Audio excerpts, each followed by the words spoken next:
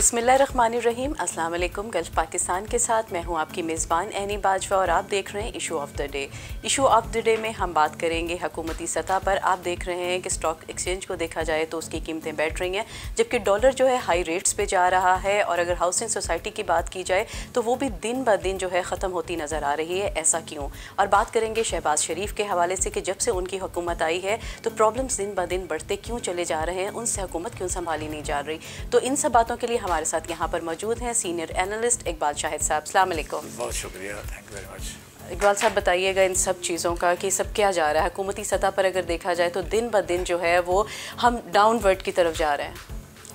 यानी बात तो दुरुस्त है, क्योंकि मियाँ शहबाज शरीफ साहब एक अच्छे एडमिनिस्ट्रेटर रहे हैं, लेकिन वो सूबे में रहे हैं। वफाक की ज़रूरतें और हैं। वहाँ मियाँ नवाज शरीफ साहब होते तो बड़ा कैनवस है। लोगों को यकीन तो यही था और तवक्को भी थी कि शायद इमरान खान साहब की उसे हुकूमत संभाली नहीं जा रही, तो ये जो डॉलर बढ़ रहा है और ये जो पेट्रोल की कीमतें बढ़ रही हैं, तो ये शायद ये काबू कर लेंगे। क्योंकि इनके मतलब गुमान तो एक है कि इनके सऊदी अरब के साथ बड़े तल्लुकात हैं, इनके यूएई के साथ तल्लुकात हैं। इमरान खान को फॉरेन पॉलिसी नहीं आती, इमरान खान का दोस्त कोई नहीं है, उसको पहली दफ़ा कौन मिली है, बैड गवर्नेंस है, उसमें कोई अकल का बंदा कोई नहीं है, वगैरह वगैरह। इनके पास बड़ी अच्छी टीम है। इस आगडार था, ऐसे वो डॉलर को यहाँ ले आया, उस बार ऐलान करता रहता था कि मैं अभी आ गया डॉलर का आधा रेट कर देता हूँ। करता रहा है, जाली करता रहा। उसके बाद पाकिस्तान को जुर्माना भी होता रहा है। बजट के दौरान फेक किस्म का बजट बनता रहा। अब बात यह है कि आपके सामने है कि उसको ये कह सकते हैं कि पाकिस्तानी कौम वो कौम है जी, इससे ज़्यादा मजबूर कोई कौम नहीं। 22 करोड़ का मुल्क और दुनिया का छठा तकरीबन मुल्क इस वक्त उस हद से गुजर रहा है जहां ये 1970s की अगर बात करें तो पाकिस्तान वो मुल्क था जिसने 3 PIA के जहाज चाइना को दिए। उनमें उनके जो मौजे तंग एक में सफ़र करते, चूहे पाकिस्तान आगे हैरान रह जाते थे। ये पाकिस्तान अयूब खां बाहर जाते थे, 4 वज़राए आज़म इस्तकबाल करते, पाकिस्तान करता देता। फिर सबद कदम पाकिस्तान में 1-2 लोग आ गए जो खानदान फिर उन्होंने हालात बोल दिया। फिर पाकिस्तान में ना कोई चीज़ रही इन वजह से। पर किस्सा को तो एक लंबी स्टोरी है, लेकिन अब हम बात करते हैं कि ये जो नई हुकूमत का ख्यालात क्या थे, लोगों से वादे क्या थे। वादे ये थे कि ये नालायक सिलेक्टेड पता नहीं क्या क्या कहते थे, हम आपको ये डॉलर जो है ये तो 150 का होना चाहिए, पेट्रोल 70 रुपये का होना चाहिए। लेकिन आपने देखा कि वो एक झूठ था। बिल्कुल ऐसे। और फिर झूठ ऐसा है कि ऐसा झूठ बोल भी लेते जिससे हमें कोई फर्क ना पड़ता। लेकिन पाकिस्तान के अवाम जो पहले ही मरे हुए थे, आपको पता है कि 65% यंग जनरेशन डिग्री होल्डर है, रोजगार नहीं है, फ्रस्ट्रेशन है, मुल्क से बाहर जा रहे हैं, क्राइम बढ़ रहे हैं, मंशियात बढ़ रही है, एडिक्शन बढ़ रही है। रीजन जिसकी यानी कुछ लोग बहुत अमीर हो, मतलब माशियत में शदीद किस्म का बहरान आ चुका है। मुइशत की इसलिए बात कर रहे हैं कि मुइशत में पाकिस्तान के जो एसेट्स थे वो इनके आने से और कम हो गया। $6 बिलियन, $22 बिलियन उस वक्त, जब ये गए 9.5 बिलियन थे। और जो आपने कर्जे देने हैं इस वक्त $3 बिलियन तकरीबन पाकिस्तान के एसेट वो हैं जो इनके अपने कह सकते। और इन्होंने ये 8.5 रखा हुआ है कि हमारे पास हैं। वो कर्ज वो है कुछ सऊदी अरब के हैं, कुछ यूएई के हैं, कुछ फलाने के हैं, कुछ बैंकों के, लोकल बैंकों के हैं। वो सारे 72 घंटों के बाद अगर निकाल लें जो वायदा होता है तो पाकिस्तान तो डिफॉल्ट बन जाता है। और श्रीलंका की मिसाल जब उन्होंने आग लगा दी उसका वज़ीर के महलों को, सूरत यार है कि पाकिस्तान इस वक्त बाकायदा तौर पर, मैं वो तो लफ्ज़ नहीं बोलना चाहता, नज़्ज़ा की हालत में है। आप उस कौम को सब्सिडी दे ही नहीं सकते। जो लोगों ने आपको थोड़ा सा कर्जा दिया, आप देखें कि हमारी हालत ये है कि यहाँ 70-75 साल में $50-60 बिलियन रिजर्व बैंक में नहीं रख सके, इकट्ठे नहीं कर सके। अगर $1 बिलियन एक साल में करते तो $75 बिलियन होता और हमारा रुपया ताकतवर होता। झूठ बोलते रहे। अब सूरत यह है कि IMF जो अदारा है जो मॉनिटर करता है, उन्होंने ये कहा है जी पेट्रोल की कीमत बढ़ाएं। तो आपको पता है पेट्रोल की कीमत बढ़ेगी तो ट्रांसपोर्टेशन की कीमत बढ़ेगी, ट्रांसपोर्टेशन की कीमत बढ़ेगी तो जो अजनास है कीमत बढ़ेगी। घी महंगा है, आटा जो इन्होंने कहा 400 रुपये देंगे वो नहीं दे सके, वो आपके सामने है। तो मजीद आप क्या समझते हैं कि चीज़ें बेटर हो सकेंगी? नेवर। वो इसलिए कि मैं तो ये समझता हूँ कि आप देखें कि जो वज़ीर आज़म पाकिस्तान है वो लंदन में बैठे हुए हैं, भाई मुल्क में हालात का जो है वो आपके सामने है। फिर ये अलाइज की हुकूमत है, ये काम तो उनको करने नहीं देगी। बल्कि कल खुद मरीम नवाज शरीफ साहबा ने कहा कि फौरी इलेक्शन चाहिए, ये जो इत्तेहादी हुकूमतें ये मसाइल हल नहीं कर सकती, ये अंदर से चार्जशीट है। ऐसा ही है, अंदर से चार्जशीट है।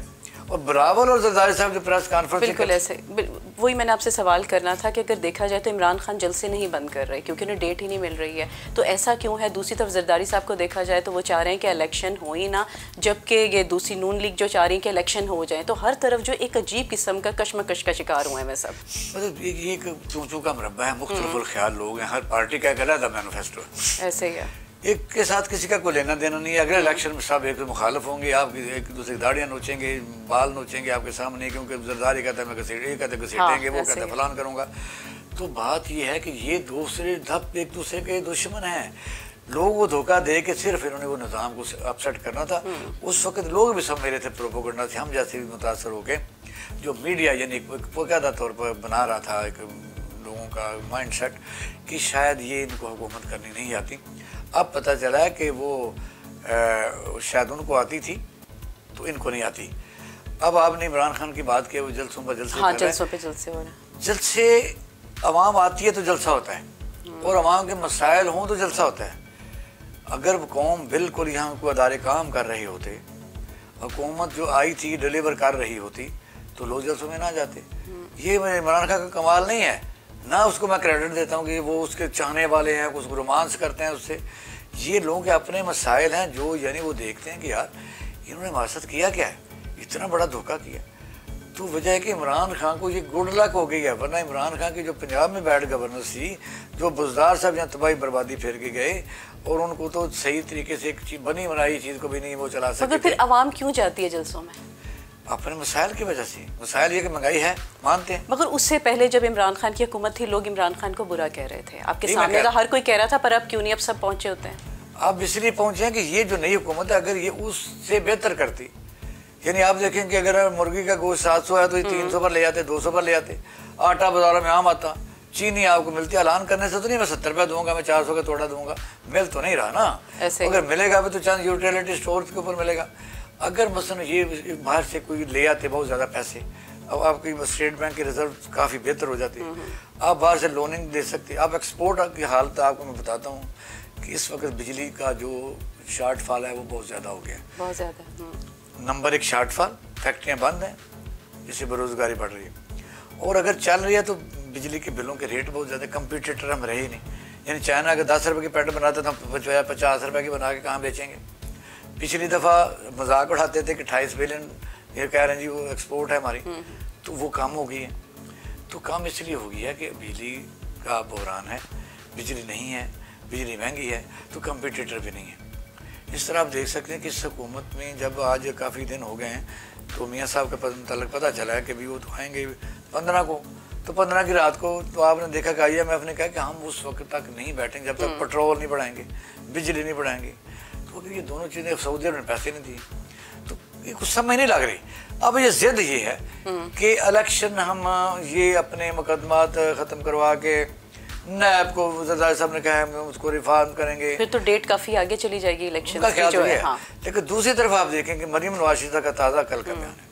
फिर ख्वाजा साहब का लंदन में प्लांटेड प्रेस कॉन्फ्रेंस जो BBC उसमें उन्होंने खुद कहा अगला आर्मी चीफ नेक्स्ट हुकूमत करवाएगी। तो वो कैलकुलेट करें तो 1.5 महीना बनता है, 3 महीने से इंटरिम गवर्नमेंट रहनी होती है। बाहर जिनसे चीज़ संभाली नहीं जा रही हो, बाकायदा तौर पर जरदारी साहब का आपने सेहत देखी थी, वो ठट्ठा उड़ा रहे थे। बल्कि उन्होंने उस को मैं कम अज़ कम ये कहते कि हमें पाकिस्तान फौज से प्यार है, इसलिए पाकिस्तानी फौज के खिलाफ जो भी बात करेगा उसको मुँह तोड़ देंगे। उन्होंने ये कहा कि फैज़ हमीद के मतलब उन्होंने कोर कमांडर का सवाल किया, वो बेचारा तो खुडेला लगा हुआ। ये हिम्मत है पाकिस्तान में उन लोगों की जिनके ऊपर 50 मुकदमे हैं, अरबों रुपए के करप्शन है। वो आर्मी के कोर कमांडर जो आप अफगानिस्तान के साथ पेशावर कोर है, वहाँ दहशत गर्दी होती है और वो जाने कुर्बान कर रहे हैं, उनको कहते हैं वो बेचारा, ठीक है। और मरियम ने फिर यूटर्न लिया है, उसने कहा जी बेफैज हो गया इमरान खान। आप देखें ये पाकिस्तान में अब हालात बड़े ख़राब हैं। इसको सियासतदानों को चाहिए जितनी जल्दी हो सकता है ये इन लोगों के मसाइल हल करें, वरना इमरान खान के काबू में भी नहीं रहेंगे लोग। किसी और लीडर की जो डेफिनेशन है वो ये है, मैंने जो पढ़ा किताबों में, लीडर हालात पैदा करते हैं, ऐसे लीडर खुद नहीं पैदा हो जाता। मसला आप देखेंगे लोग क्या चाहते हैं, जो उनका मसला लेकर उठ खड़ा होगा वो आगे लग जाएगा, पीछे लोग लग जाएंगे। अगर लोगों का मसला ही नहीं है तो आप चीखते चलाते रहें, कौन आएगा? इसलिए कि इस वक्त मसाइल के मारे हुए लोग हर उस बंदे को तलाश कर रहे हैं जो उनके आगे ला के मसला हल करे, और वो है इमरान खान।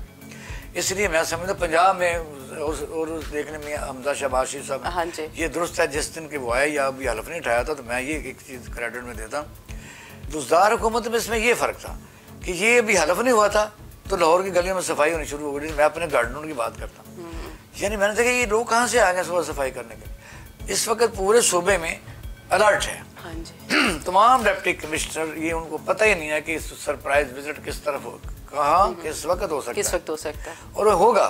हमजा ही काम करेगा, मुझे पता है उसका। तो बुज़दार को तो कुछ हालत ही नहीं थी उसे बेचारे की कहीं जाना, ना को डरता था, लाहौर से डरता था, ना कहीं चलता। इसलिए ये इनको अगर टाइम मिले, लेकिन टाइम मिलना इसलिए मुश्किल है। आज प्रेस कॉन्फ्रेंस मरियम नवाज शरीफ साहब, मरियम औरंगजेब जी, वो कह रही थी ये पेट्रोल भी वो बढ़ाने के लिए मुआहदे कर गया है, वो जी IMF से ये भी डॉलर का भी वो मुआहदा करके झूठ बोलती है वो। अब लोग इस बात को नहीं मानते। बिल्कुल ऐसे ही है। बस अगर आपके पास कोई मैकेनिज्म है तो मैकेनिज्म ये है कि भूखे आदमी को बेशक आप फिल्में दिखाएं, उसको स्टोरियाँ सुनाएं, उसको जन्नत का दरवाज़ा खोल के दिखा दें, उसको कुछ दिखा दें, गाने गाएं, कवाली गाएं। जब तक रोटी उसको नहीं देंगे तो कैसे वो करेगा? बिल्कुल ऐसे। तो ये पाकिस्तानी कौम में पेट में रोटी और सस्ती रोटी, रोजगार, इस हुकूमत को बड़ी तेज़ी से इसका दिन बहुत कम है।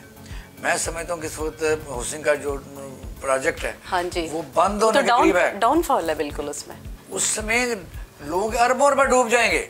इसलिए कि आप देखें कि वो जो स्ट्रक्चर बना हुआ है अभी, सपोज उसकी मिसाल देता हूँ कि कल हमारे प्रोग्राम में एक आदमी से 50,000 घर शुरू किए, वो किए हैं। ये नहीं कि गवर्नमेंट से डेढ़ लिया, लोगों को उसे साख अच्छी है, लोगों से वो किस्तें लेके एडवांस लेके कर रहा है, लेकिन पीछे से किस्तें बंद हो जाएंगी, सीमेंट महंगा हो जाएगा, ऐसे ही है, तो वो प्रोजेक्ट रुक जाएगा ना। तो रुक जाएगा तो पैसे भी रुक जाएंगे। आदमी को मकान तो बना सकते नहीं, वादा हुआ है, मकान बनेगा नहीं तो पैसे डूब जाएंगे, फिर एक और नया हमें चाहिए। यानी ये सत्यानाश हुआ है कि काश फौरी तौर पर वज़ीर आज़म साहब को चाहिए जो भी उनके कोई पास ना कोई एक्शन ले लें, कोई ऐसी को उनके पास कोई सुंड दी गंडी है ना, तो उनसे मशवरा करके तो इन लोगों के जितनी जल्दी हालात ठीक कर सकते हैं करने, वरना ये रुकने से नहीं रुकेगा, ना तकरीरों से, ना इमरान खान को गालियाँ निकालने से, सिर्फ और सिर्फ रुकेगा कोई काम करने से। सब्जी वालों को पकड़ने से नहीं रुकेगा, पटवारी को पकड़ने से नहीं रुकेगा। ये जो बदमाश बड़े बड़े हैं, बड़े बड़े लेके बैठे हैं, बड़े बड़े स्टोरेज हैं। आप देखें यहाँ तो हालत ये है कि स्टोर कोई चीज़ करनी, कोई फ्रूट वगैरह बुरी बात नहीं है, लेकिन मैंने देखा कि इस वक्त इतने सेब लगे हुए, लग चुके। आप शुमारी इलाके में जाएँ, पिछले साल के रख के बैठे हुए महंगा बेचने के लिए। भाई आप इस तरह की चीज़ें जब स्टोरेज वालों को एनकरेज करेंगे, इंतज़ामिया को पावरफुल नहीं करेंगे, सजाएं सख्त नहीं देंगे, माल जब्त नहीं करेंगे, तब तक हालात बेहतरी की जानिब नहीं जाएंगे। बिल्कुल ऐसी का। बहुत बहुत शुक्रिया इकबाल साहब। तो नाज़रीन, आपने देखा कि माशियत का बहरान किस तरह से हल होगा, किस तरह से पार्टीबाजी को ख़त्म किया जाएगा। तो जो हमारे सीनियर एनालिस्ट है उन्होंने बहुत अच्छा ब्रीफ किया। यहाँ पे नेक्स्ट इशू के साथ आपके साथ हाजिर होंगे। लेते हैं आपसे इजाज़त, रखिएगा अपना ढेर सारा ख्याल। अल्लाह निगहबान।